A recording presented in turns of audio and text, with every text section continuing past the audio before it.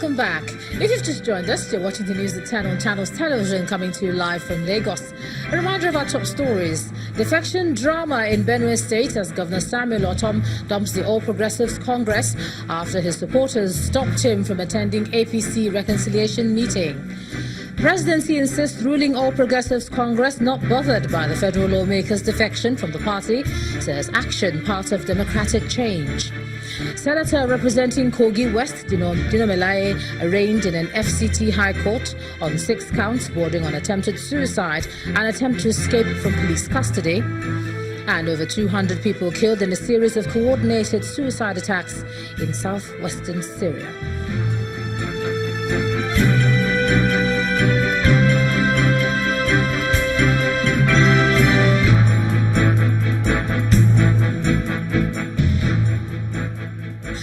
TV.com has more information for you, and on youtube.com/channelsweb you can watch our videos. You can also watch us on your mobile device via your browser or download the Channels TV app for Android, iOS and Windows devices from their respective stores. Besides giving you access to news updates on the go, the Channels TV and Channels 24 app has an eyewitness feature that you can use to share pictures, videos or news of happenings around you.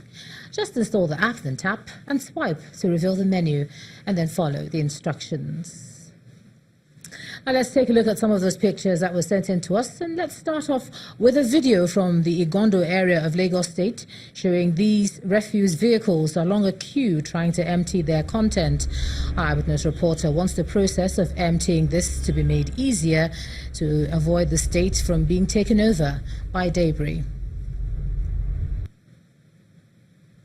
Our next image, still that one of refuse, is one from Surulere showing the state of the National Stadium, which our eyewitness reporter says is appalling, and he's asking the authorities to clear the rubbish and make the place usable again. Our final image is from Enugu State showing the poor state of the road there. Our eyewitness reporter frowns on the hardship residents and motorists go through to use this road, and he wants the government to do something about it.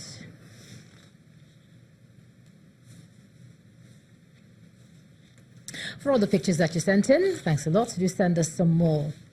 President Muhammadu Buhari is meeting with senators elected on the platform of the ruling All Progressives Congress at the State House. The meeting is coming barely 24 hours after a gale of defections hit the APC caucus in the 2 chambers of the National Assembly. Details of the meeting are unknown, and we'll keep you updated as it unfolds. And when we know more, you will also. And President Muhammadu Buhari has sworn in a former Inspector General of Police, Mr. Musmiu Smith, as the new chairman of the Police Service Commission. Mr. Smith, who was sworn in by the President before the commencement of the Federal Executive Council meeting, takes over from Mike Okiro, who is also a former Inspector General of Police. President Buhari also swore in Mr. Festus Okoye as the National Electoral Commissioner in the Independent National Electoral Commission representing the Southeast. The President also received the President of the Republic of Benin at the Presidential Villa. Our correspondent Gloria Umezuke reports. President Muhammadu Buhari arrives the council chamber to preside over the Federal Executive Council meeting. Before the meeting commenced, the President swore in former Inspector General of Police, Mr. Lewis Smith, as the new chairman of the Police Service Commission, and 6 other members representing the judicial community, police, human rights, and women, amongst others. The President also swore in Mr. Festus Okoye as a National Electoral Commissioner in the Independent National Electoral Commission, INEC, representing the Southeast. After the closed-door meeting, the ministers in a briefing disclosed contracts approved by the Council. The augmentation, or what we call revised estimated total cost for the completion of Mangu Water Supply Project in Plateau State. There was a need to augment the project by a mere 122.2 million naira to bring the project from 855.49 million naira to 977.7 million naira with an additional completion of 6 months. 2 memos. One of them was medical equipment and laboratory equipment for MPA for a total sum of 103,717,845 naira. and the council kindly awarded that contract. It was a busy day for the president as he hosted the president of Benin Republic at the State House. In a statement after the closed-door meeting, the presidency disclosed that the two leaders have agreed on the need to set up a joint committee to combat the issue of smuggling, which currently hinders Nigeria's self-sufficiency in rice production. From the presidential villa, Gloria Umezuke, Channels Television News. We're going to stay in Abuja, but let me hand you over to my colleague, Makwe Ogun Yusuf. Makwe? Hello, Ijoma. Now, two concerned members of the People's Democratic Party in Osun State, Rashid Olatunji and Idowu Oluwasegun, have approached the State High Court sitting in Osogbo to grant an interim order setting aside last Saturday's primary election of the People's Democratic Party, which produced Senator Ademola Adeleke as the governorship candidate of the party. They are alleging that the winner of the primary election, Ademola Adeleke, has no primary school leaving certificate, as he claims. The plaintiffs also want the court to restrain the chairman of the People's Democratic Party, Mr. Uche Secondos, and the state party chairman from presenting Adeleke's name to the Independent National Electoral Commission, INEC, for the September 22nd governorship poll. The presiding judge, David Olatunji, adjourned the case to tomorrow, Thursday, the 25th of July. And the Nigeria Police Force today arraigned Senator Dino Melaye before an Abuja High Court sitting in Apo over allegations that he attempted to kill himself by jumping out of a vehicle, conveying him to Lokoja to face criminal trial. Senator Melaye was in the charge that was endorsed, alleged to have escaped from custody by jumping into a waiting vehicle, an action the police says amounted to an offence punishable under Section 327 of the Penal Code law. Senator Melaye, who was among 14 senators that defected from the ruling All Progressives Congress into the opposition People's Democratic Party, pleaded not guilty to the 6-count charge. After taking his plea, the lawmaker asked for bail, but the trial judge, Sylvanus Orji, granted to the tune of 5 million naira with two sureties in like sum. The court stressed that one of the sureties must be a director in the Federal Civil Service who is resident in Abuja. Justice Orji, who also ordered the sureties to depose an affidavit of Mains, said Melaye should be remanded in prison custody in the event that he fails to meet the bail conditions. And staying with legal matters, a federal high court sitting in Ikoyi, Lagos, has fixed July the 31st to rule on the no-case submission filed by the former governor of Abia State, Orji Uzor Kalu, alongside other defendants in an alleged 7.6 billion naira fraud case. Justice Mohammed Idris fixed the date after entertaining arguments on the no-case submissions.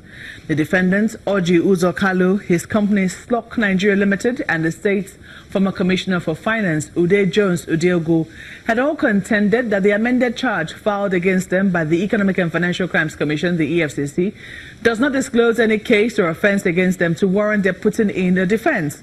At the last sitting of the court on July the 17th, the EFCC amended the charge against the defendants and rearranged them after Justice Idris dismissed the objections raised by the defense team. In the amended charge, the EFCC increased the number of counts against the defendants from the initial 34 to 39. The amount quoted to have been allegedly diverted, stolen, and laundered by the defendants was also increased from 2.9 billion naira to 7.65 billion naira. Apart from the 7.1 billion, which he was accused of laundering, the ex-governor and the other defendants were also accused of receiving a total of 460 million naira allegedly stolen from the Abia State government treasury between July and December 2002.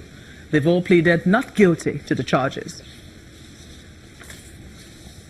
Now, a Makurdi High Court has convicted and sentenced two persons to death by hanging for kidnapping and killing Reverend Father John Alexander Adeyi, who was a former Vicar General of Otukpo Catholic Diocese, on April the 26th, 2016. The court says the convicts conspired and kidnapped Reverend Father Adeyi and took him to Okungaga Forest in Okpoku, where they demanded for 2 million naira and eventually killed him after collecting a ransom of 1.5 million naira. The trial judge, Justice Andova Kankan, said 3 guns made up of 2 pistols and a Dane gun, as well as charms, were recovered from the convicts in the forest where they killed the Reverend Father. Justice Kankan disclosed that the first convict, Suleiman Goma, in his extrajudicial statement, which was tendered in court, admitted that he bought the pistol for the purpose of committing armed robbery and kidnapping. And away from legal matters, help is coming the way of some residents of Kwanyine and 3 other communities in Ademola State who sent Save Our Soul messages after the communities were sacked by armed bandits. The state government is providing the residents with relief materials, some of them foodstuffs and building materials. This help is coming after a report on Channels Television where the communities were sacked by suspected herdsmen and made to take refuge near River Benue. Ademola State, northeast Nigeria, has had its bitter taste of security challenges. At first, it was the Boko Haram insurgents, and now armed bandits under the guise of herdsmen.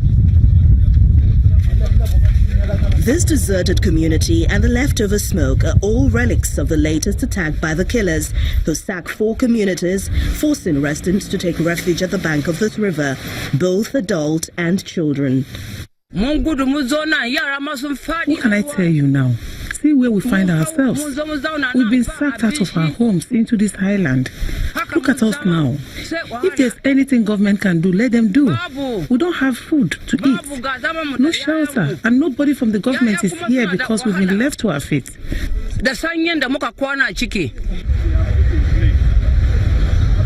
And now the help they ask for is coming in the form of these relief items, of foodstuff and some building materials. What we're giving them here today is just the beginning. We're looking for more support from our partners and to make sure that we provide them with stabilizing livelihood rations so that they can stabilize. And most importantly, we are working with the security agencies to ensure that peace is returned. This aid is appreciated by the residents who are nonetheless asking for more. We are trying our best to ensure that we have security, maximum security, but in this case that it has happened, they have to be calm and not take law into their hands. As a town, we have tried all we could to see that they are a bit rehabilitated, but it's not enough because all the place, the habitats, they are burnt down. They're still on the river island, staying there in a makeshift tents. So it is very precarious for their own health. So there is a need if the government will come to our aid, but provide the necessary tools that we can make to rehabilitate their community back to their place. But beyond this provision of food, what the residents are asking for is such aid that will make them return to their homes and live there without fear of being made strangers in their own land. When the news at 10 returns, organized private sector differ on Nigeria's proposed signing of the African Continental Free Trade Area Agreement. That's on Business News. Do join us again.